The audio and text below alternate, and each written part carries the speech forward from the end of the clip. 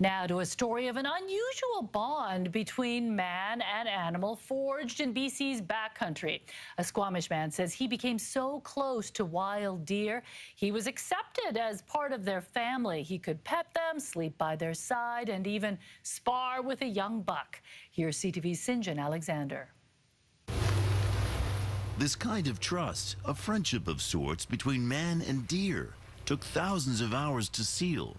A bond not just with a single buck, but with multiple deer from multiple generations, where a doe became so comfortable she would introduce her newborn fawn. The mother somehow communicated with the deer that this guy is almost like one of us. There is no denying Robert Conrad has a way with animals. While working with horses in the Okanagan, he became curious about their similarities to deer. And so for 2.5 years, he sat, observed, and waited patiently. They would sit like maybe 10 meters away from me, but they got more comfortable with me, and then they would get up and actually come closer to me and then sit right down. That dedication paid off as they got closer and closer.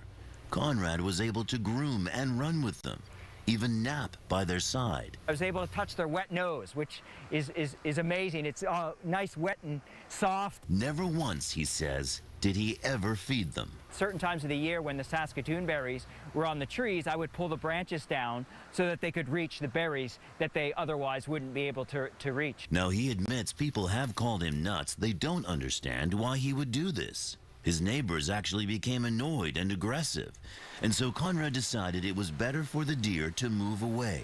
He now lives in Squamish, but he wants people to know deer are peaceful, so quiet and smart, and when treated right, accepting. I would actually put on a life jacket, and he would actually play with me. So he would put his antlers into me, and it would be like a tug of war, just like he would do with the other males who were his friends. Leaving was not easy, and he misses the family tremendously.